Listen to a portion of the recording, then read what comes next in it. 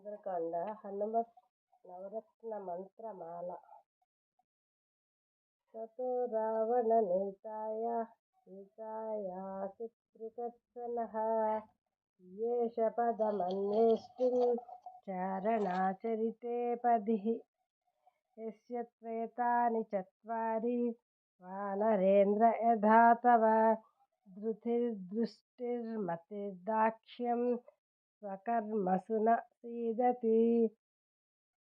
అనిర్వేదः శ్రియో మూలం అనిర్వేదः పరం సుఖం అనిర్వేదో హి సతతం సర్వార్థేషు ప్రవర్తకః. నమోస్తు రామాయ సలక్ష్మణాయ దేవ్యై చ తస్యై జనకాత్మజాయై. నమోస్తు రుద్రేంద్రయమానిలేభ్యో నమోస్తు చంద్రార్కమరుద్గణేభ్యః.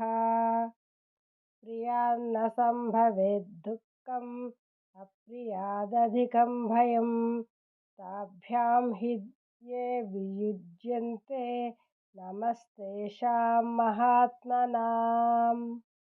రామః కమలపత్రాక్షః సర్వసత్వమనోహరః రూపదాక్షిణ్యసంపన్నః ప్రసూతో జనకాత్మజే.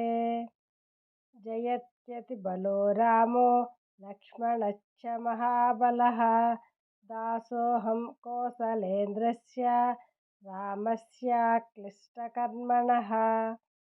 యద్యస్తి పతిశుశ్రూషా యద్యస్తి చరితం తపః యది చాస్త్యేకపత్నిత్వం ప్రీతో భవ హనూమతః. నివృత్తవనవాసం చ త్వయా సార్ధమరిందమం అభిషిక్తమయోధ్యాయాం క్షిప్రం ద్రక్ష్యసి రాఘవం. ఈ నవరత్న మంత్రమాలను ప్రతినిత్యం 9 సార్లు పఠించినచో నవగ్రహముల దోషాలు తొలగిపోయి శుభ ఫలితాలు లభించును. అంతేగాక శ్రీ హనుమత్ సమేత శ్రీ సీతారామచంద్ర స్వామి వారి సంపూర్ణ అనుగ్రహం లభించును.